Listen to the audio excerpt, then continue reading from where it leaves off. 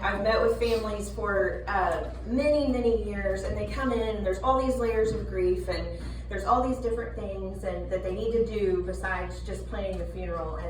And so the last few years I've just been meeting with people ahead of a death for advanced planning purposes, and that's been such a rewarding thing. I think back to childhood and sitting in my grandpa's office, and he had a sign above his desk that said, "I finally got it all put together, but I forgot where I put it." And that's what happens. I call it the family scavenger hunt after a death occurs, which is a huge crisis, and there's many other crises that can happen besides just that. But the family goes on this scavenger hunt saying, okay, we need this, and this.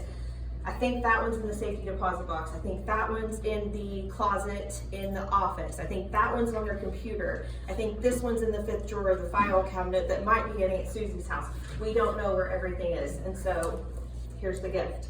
And this is a 4-week class, and when I was introduced to this and to Villages, I just thought, this is the key. This is what we need. I tell my 8-year-old daughter all the time, we're not gonna be scared, we're gonna be smart, right? This is the smart tool when it comes to putting everything into one place. It would change so many things for individuals, single individuals, families. This is not just for old people. You all know this in ministry that we can't predict a crisis. If we could, yeah, it'd be great and easy, but this is one of those things that really helps lessen the layers of grief and stress when it comes down to things. This book includes everything that you could possibly think of, and I love that Lance divided it into knowledge and documents. Documents are kind of easy. We know those things that we need immediately, but what knowledge do we have about our parents? Do we know their daily living routine? Do we know their pets and the pets they have at home, the food that they eat? Do they have allergies? The daily living schedule. My family has no idea that I wake up at 3 a.m. every day and overthink for all of them. They don't know that. If it's not written down, they're not going to know that's a part of my schedule.